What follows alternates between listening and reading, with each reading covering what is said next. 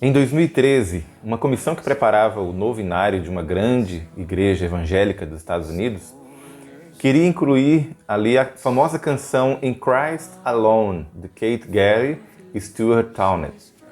No entanto, para que a canção fosse aceita, os integrantes da comissão queriam que os compositores autorizassem uma mudança na letra. Em vez de até que na cruz, quando Jesus morreu, a ira de Deus foi satisfeita, sugeriram até que na cruz, quando Jesus morreu, o amor de Deus foi magnificado. A intenção era suavizar a mensagem, retirando a referência à ira de Deus.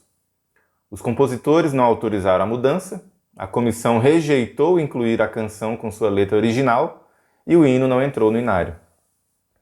Segundo a explicação da comissão, relacionar a cruz com a ira de Deus produziria um efeito negativo em vez de construir a fé das novas gerações. Por outro lado, Keith Gary, um dos compositores do hino, levantou a questão: por que muitos cristãos se esquivam de qualquer pensamento sobre a ira de Deus? Parece que alguns autodeclarados cristãos não estão satisfeitos com o Deus apresentado na Bíblia e que é possível imaginar um Deus melhor. Quando não ficamos satisfeitos com Jesus da Bíblia, tentamos algo melhor. Why would you want to worship a God if you could imagine a better God? That's what I don't understand. If you could imagine a God that's better than the one that you worship, trade up. É que uma parte do meu cérebro acha que Jesus foi só um cara muito inteligente que nasceu lá numa situação, ele cresceu e observou a vida onde ele se inseria, começou a ter pensamentos, filosofias sobre o mundo, sobre a vida, encontrou várias pessoas com que ele podia confiar, criou um tipo de seita, o clã. Culto. Foi muito bem sucedido. Usou o efeito do placebo para curar um monte de gente. Para mim, Deus não é aquele rapaz de barba branca. O que é Deus? Porque a gente está falando aqui, eu estou fazendo essa provocação, porque a gente está falando aqui, primeiro, para pessoas de variadas crenças, gente que inclusive não acredita em nada disso. E esse conceito de Deus, às vezes, encaixa num lugar de mistério ou numa figura que foi criada há muito tempo atrás para a gente ter um sossego, né? Que eu entendo assim. Mas o que é Deus? O que é Deus? Em primeiro lugar, para ser Deus, eu não teria e não posso ter condições de responder totalmente essa pergunta. Acho que esse é o primeiro elemento. Porque Deus é sempre mistério. Sempre é um passo a mais e além de tudo que eu consigo dizer sobre ele ou sobre ela. Deus escapa. Deus é indomesticável. Deus é indefinível. Porque talvez Deus seja o absurdo. O endereço de Deus na Terra é onde o amor se manifesta e se materializa. Eu sou indignado com as injustiças do mundo. Me dá vontade de gritar com Deus quando eu penso que enquanto nós conversamos, tem a barriga de uma criança roncando por fome nesse mundo. Portanto, Deus não é o controlador do mundo, senão ele é mau. Deus é o silêncio. Deus é a criança de 3 anos e a lágrima da mãe. Só creio em Deus porque creio que ele morre junto com a humanidade. Todo poderoso para mim não faz sentido. Todo amor, todo frágil, demasiadamente humano com a gente. É só o que eu posso dizer sobre Deus. Fazer um Deus é idolatria. A diferença é que hoje não fazemos deuses com as nossas mãos. Nós fazemos deuses com a nossa mente. Aparentemente, a propiciação é uma doutrina bíblica ofensiva para algumas pessoas. Há quem acredite que apenas o conceito de expiação e não de propiciação é aplicável à teologia cristã. Por quê? Porque a morte de Jesus não teve o objetivo de abrandar a ira de Deus. Livros populares para o público cristão têm apresentado Deus como alguém incapaz de se irar ou de castigar. Outros tratam a expiação e propiciação como se fosse a mesma coisa, apesar dos dois conceitos serem muito diferentes. Como Frank Holbrook explica, Propiciação é uma palavra pessoal. Propicia-se uma pessoa.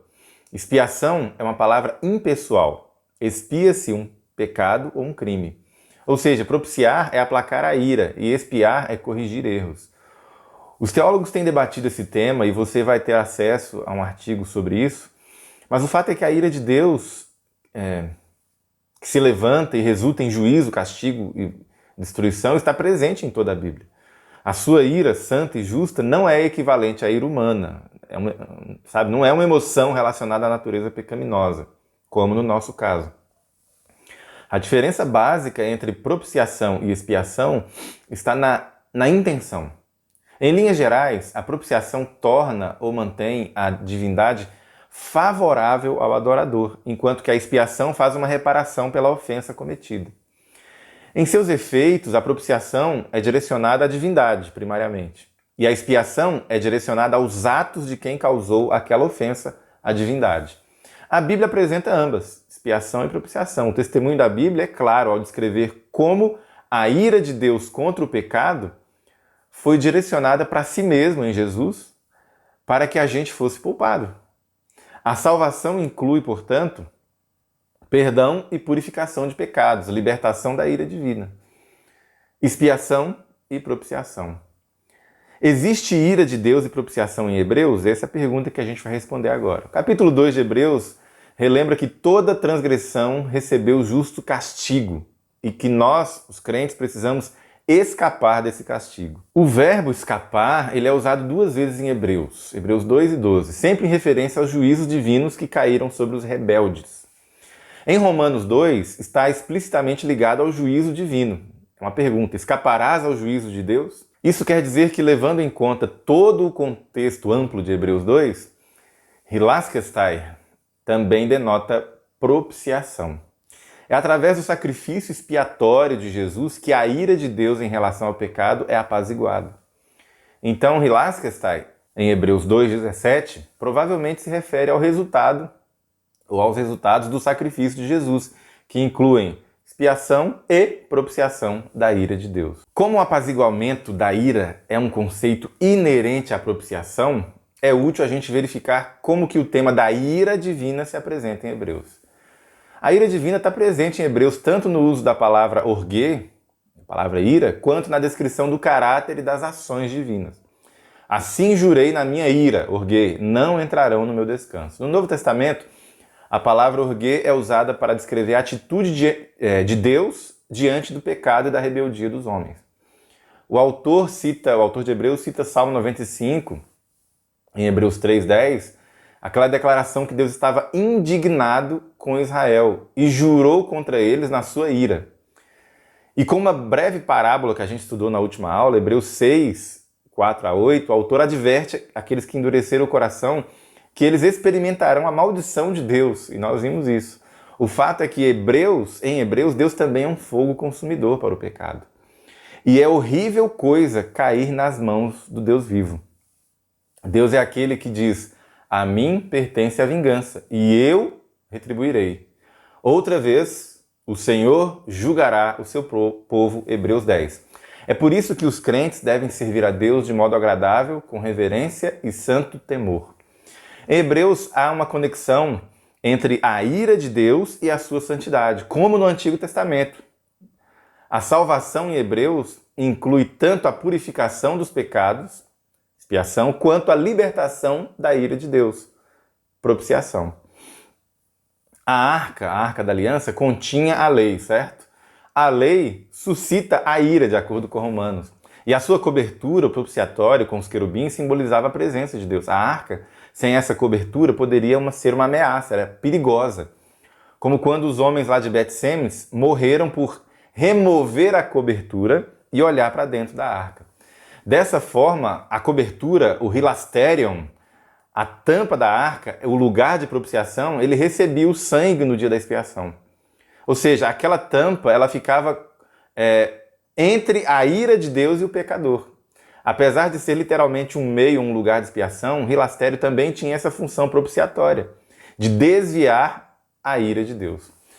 O dia da expiação, ele tinha esse duplo objetivo, de remover o pecado e desviar a ira de Deus. Isso fica evidente quando você olha as orientações a respeito do dia da expiação. Era um dia de aflição de alma, era um dia de confissão de pecado, um dia de arrependimento e também um dia de expiação. Para quê? Para evitar que a ira de Deus sobre Israel se manifestasse. O pecado provoca a fúria de Deus. A ira de Deus se revela do céu contra toda impiedade e perversão, é o que diz Romanos 1. Ou seja, em geral, Hebreus relaciona o sacrifício de Jesus à expiação, por meio do sacrifício, de Jesus, o sacerdócio que purifica o povo, perdoa pecados e remove pecados também. Mas, por outro lado, também relaciona a propiciação, ao falar da ira de Deus e do seu caráter disciplinador que provoca terror. In the evolution of human consciousness, we were infantile and we pulled God down to our level, a fighting God, an angry God, a jealous God. Yeah. I think I shared this with you before. I was sitting in a church service listening to a really fine minister talk about God being angry and jealous, and in the same breath saying omnipotent, all-caring, all-loving. Existe uma tendência contemporânea de subestimar a presença e a importância do aspecto propiciatório da morte de Jesus. Alguns estudos baseados na teoria mimética do René Girard, por exemplo, descrevem a morte de Jesus não como um sacrifício propiciatório, mas como uma desistência da vingança. É o sacrifício do pacifista, É uma espécie de morte nobre e não um sacrifício propiciatório. Parece que a linguagem teológica empregada hoje pelos estudiosos contemporâneos para explicar a morte de Jesus, ela diminui a importância do aspecto propiciatório. Então, há um modismo em andamento, mesmo entre nós, fazer teologia da expiação em cima da palavra expiação em inglês, atonement. We called it at-one-ment. Instead of atonement, there was no bill to be paid, there was simply a union to be named, an at-one-ment, if you want to play with that word. So our atonement theory, the Franciscan minority position, is basically saying no atonement is necessary. I'm way more prone to believe in a God that redeems everybody, and a God that actually wins in the end, not by destroying his enemies, but by redeeming them and by fixing them. At one ment. Em uma mente. Virou moda. Todo mundo que vai falar de expiação fala isso, inclusive nós. Mas o sentido de expiação ele deve repousar sobre os termos hebraicos e gregos, não da língua inglesa. É a etimologia hebraica e grega de expiação que importa. A gente não faz teologia da expiação em cima de uma palavra inglesa, certo? Existe uma ala do evangelicalismo atual, essa ala do Cristo cósmico, do Cristo universal, pluralismo religioso, que pega esse argumento para dizer que a expiação é apenas se tornar um com Deus, é apenas se reconciliar com Deus. Uma oração resolve. A expiação tem elementos de reconciliação? É claro que tem. Mas capar, hilaskomai, hilastério e outras palavras precisam ser estudadas, não atonement. O vocabulário bíblico inclui o sentido de cobrir o pecado e propiciar. Pecados são cobertos, Romanos 4, e propiciados também. Teologias mais fundamentadas em sentimentos humanistas do que na Bíblia, elas estão obscurecendo a santa indignação de Deus e desenvolvendo teorias mais suaves, mais ajustadas à sensibilidade do ser humano contemporâneo. Entre elas se destaca o universalismo. No fim, Deus vai salvar todas as pessoas, quer elas tenham se arrependido ou não. A ênfase necessária na graça e no amor de Deus, isso é ótimo, mas não deve esconder o aspecto santo e justo do seu caráter. Deus é misericordioso e amoroso, ok, mas também é um Deus que é um fogo consumidor. Horrível coisa é cair nas mãos do Deus vivo.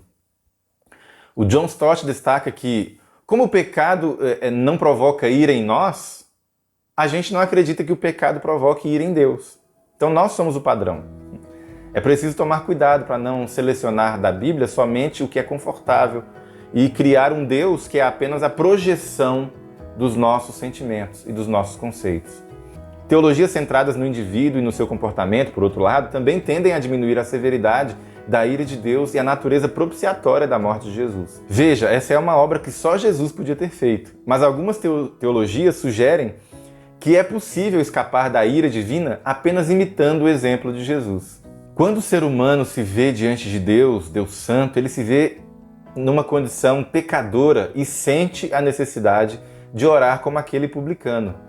Ó Deus, sê propício a mim, propício. E ele não sente necessidade de proclamar suas obras como fez o fariseu.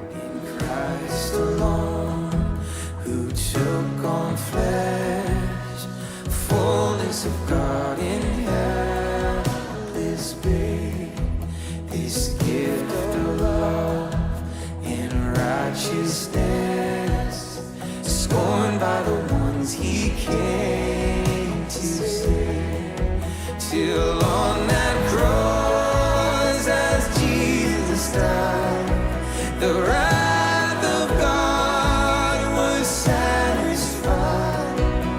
For every sin on him was laid, here in the death of Christ I lay. Aqueles que leem a Bíblia através das lentes das emoções humanas, eles opõem o Evangelho de Jesus ao Evangelho de Paulo como se fossem duas coisas contraditórias. Então olha, só os evangelhos podem definir o Evangelho. Já ouviu isso? O Jesus do Evangelho, ele lê, não parece em nada com a descrição de Paulo em Romanos 9, 10 e 11. Romanos 9, 10 e 11 me parecem ser um apêndice de um surto paulino. Na minha opinião, Romanos 9, 10 e 11 são totalmente dispensáveis. Aonde, todavia, as palavras odiou, aborreceu, abominou, também não cabem, porque não parecem com o todo de Jesus. Aí eu digo, como eu já disse e já escrevi, meu amigo Paulo, lamento muito que você tenha tentado fazer essa viagem. Quando Paulo coincide com Jesus, Paulo está com tudo. Quando Paulo fala como Paulo, eu olho um homem, um tempo, uma relatividade, uma circunstância. Eu leio Paulo a partir de Jesus e não Jesus a partir de Paulo. Quando Paulo está correto com Jesus, Paulo fica. Quando Paulo não está correto com o Espírito de Cristo, Paulo dança. I think the book of Romans is the wrong place to go to get a definition of the gospel. I think we have to get a definition of the gospel from Jesus. Matthew, Mark, Luke and John, that's where he's defining the gospel. Alguns alegam que o Evangelho não tem nada a ver com a cruz, porque Jesus pregou o Evangelho antes de morrer na cruz. Em Marcos 1,14 fala isso, por exemplo. Ele não tinha nem morrido e já estava pregando o Evangelho, então o Evangelho não tem a ver com morte. Sim, mas Jesus também foi descrito como o Cordeiro de Deus antes da cruz. João 1. E isso invalida todo esse argumento. A mensagem toda é encarnação, vida, morte, ressurreição e retorno de Jesus. Paulo diz o que é o Evangelho em 1 Coríntios 15, é o que Jesus fez segundo as Escrituras. Deus é um santo juiz que fica indignado todo dia. Salmo 89 diz que justiça e direito são o fundamento do trono de Deus. Graça e verdade o precedem. Nós achamos esses conceitos antagônicos, a Bíblia não. Salmo 11 fala que justiça é parte do caráter divino, não é algo externo ao caráter dele, é uma definição, é essencial, é o que as Escrituras dizem, ponto. A opção que você tem é rejeitar a Bíblia. Em vez de ser justo, Deus foi misericordioso. Não, Deus é justo e misericordioso. O amor de Deus não é injusto, a misericórdia de Deus não é injusta. And this is why the gospel is still good news in the world today, because God broke the law for love. I said to every sinner, God broke the law for love. Afirmar que Deus quebra a sua lei por amor é algo que a Bíblia nunca afirma. Para Deus nos amar, ele ignora a sua justiça e a sua santidade? Veja, isso é chamar Deus de pecador. A lei de Deus é um reflexo do seu caráter, não é algo externo a ele. Compare o que esse pregador pop está dizendo com o que Jesus ensina claramente nas Escrituras. Eu não vim quebrar a lei. Eu não vim quebrar a lei. Deus jamais abandona a justiça por causa do amor. Esse não é o ensino bíblico. Se resta um pouco de temor a Deus nesse coração, se ainda há um pouco de submissão à Escritura, o que ela diz é que em Jesus a justiça e a paz se beijaram. Ele é justo e justificador. mas pelo sangue, pelo sacrifício. Falhar em punir o mal não é um ato de amor, porque o mal deixa vítimas. Pense num pedófilo que abusa de crianças. Como é que você demonstra amor por um abusador de crianças, um estuprador de bebês? Impunidade? Simplesmente deixa ele ir? A sua demonstração de misericórdia com esse criminoso não envolve nenhuma ira, nenhuma indignação com o que ele fez? Nem com a Bíblia fechada isso faz sentido, gente. A argumentação é totalmente construída sem Bíblia, baseada no eu acho que. But God transcends all those categories. Now God may choose to say, I'm going to always pair my love with justice. Always. These two things, I'm not going to let them be separated. But if God decided to, surely it's within God's power to say, it's just love. We don't need justice anymore. I'm going to wipe the slate clean. I'm going to forgive the sin. Nobody has to die. That is surely within God's power. I'm saying God, if God chose to, could have love without justice. If God chose to. Um Deus que nunca julga ninguém não é um Deus de amor de maneira nenhuma. Biblicamente, ele não seria um Deus de amor se ele não fosse o juiz de toda a terra, se a maldade não o deixasse indignado, entende? É exatamente por ser um Deus de amor que ele julga, e é exatamente por ser todo amor é que ele fica irado com a injustiça. Estão transformando Yahvé numa divindade sentimental. Não é o Deus apresentado na Bíblia. Você precisa fechar a Bíblia para descrever Deus dessa maneira. E isso não é uma má interpretação, jamais. Não é uma interpretação alternativa, é uma total negação. Paulo, em sua carta aos Romanos, ele afirma que a ira de Deus se revela do céu contra toda impiedade. Romanos 1,18. E que o impenitente, ele acumula para si mesmo ira para o dia da ira e da revelação do justo juízo de Deus, Romanos 2,5.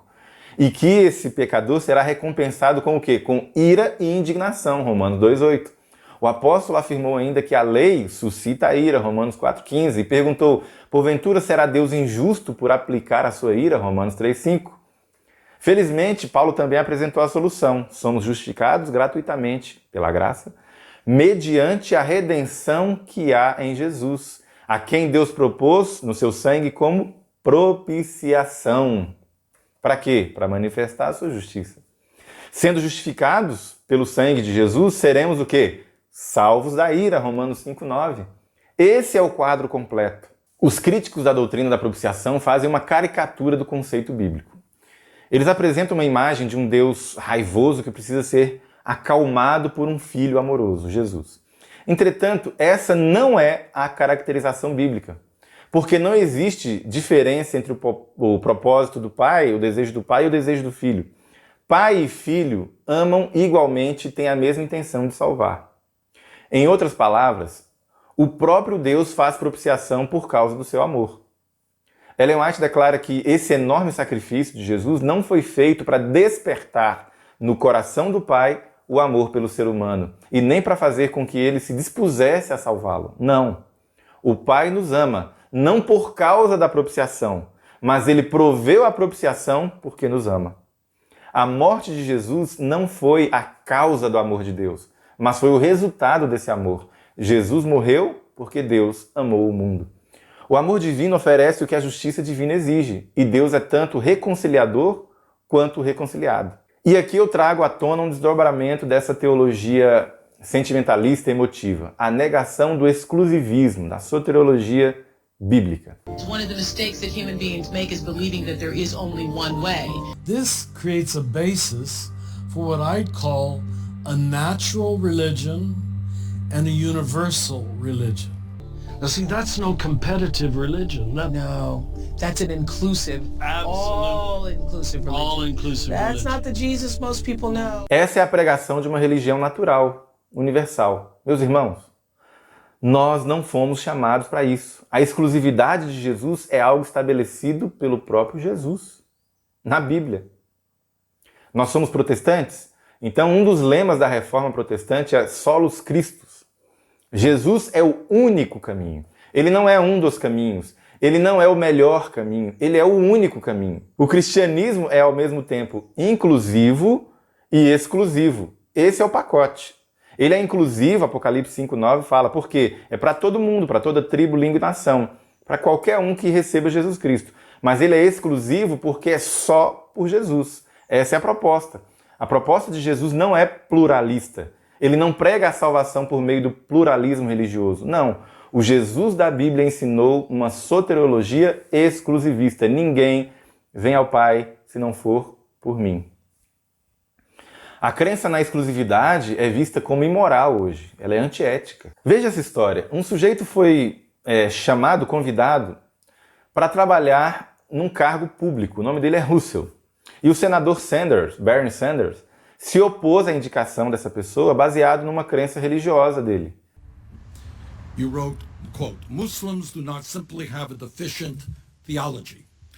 They do not know God because they have rejected Jesus Christ, his son, and they stand condemned. Do you believe that people in the Muslim religion stand condemned? Is that your view? Again, Senator, I'm a Christian. Yes. Do you think that's respectful of other religions?